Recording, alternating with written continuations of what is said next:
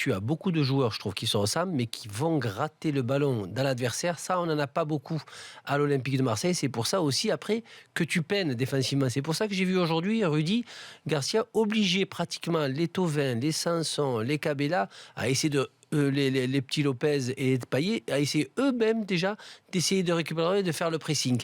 Faire le pressing, c'est une chose, récupérer le ballon, c'est autre chose dans les pieds, surtout face à des équipes comme Angers. Donc, beaucoup plus que l'équilibre, c'est d'avoir...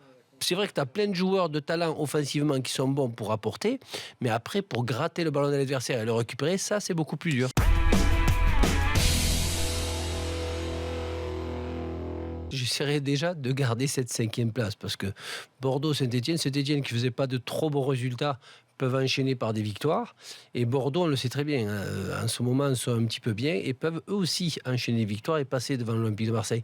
Après, de là à dire qu'ils ne sont pas loin, je veux dire, du podium, qu'il leur manque très peu, je pense qu'il leur manque beaucoup. Et quand il dit que l'effectif quand Rudy dit que l'effectif n'est pas cohérent, je ne pense pas qu'il regarde spécialement que en défense. J'allais lui dire même dans les recrues, tu recrutes déjà toi à la base le même style de joueur qu'il y a déjà plus ou moins dans ton effectif au milieu et offensivement.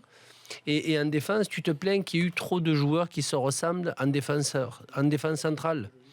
Donc là, il va falloir vraiment réfléchir pour avoir vraiment un équilibre, à ne pas avoir pratiquement les mêmes joueurs au même poste qui peuvent apporter la même chose. C'est bien la diversité et surtout des joueurs vraiment qui ont cette capacité à être leader et à être, puisqu'ils demandent de l'intelligence footballistique, d'avoir les deux en même temps. Mais ça coûte énormément d'argent.